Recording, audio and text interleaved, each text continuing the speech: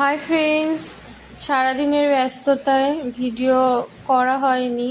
আর এই গাছগুলো অনেকটাই লম্বা হয়ে গেছে, আর এই কাজগুলো না করলেই না।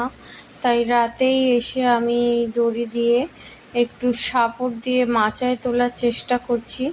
সেই সময় ভিডিও করার মতো বা ক্যামেরা ধরার মতো কেউ নেই, তাই দড়িগুলো লাগিয়ে আপনাদের সাথে শেয়ার করলাম। এগুলো শসা গাছ, আর শসা গাছের নিচের কয়েকটা পাতা কেটে ফেলছি। দিনের বেলা পরে একটা সময় ডিটেলসে ভিডিও দেব। আর শসা গাছের গ্রোথ দেখতে পাচ্ছেন, খুব সুন্দর হয়েছে।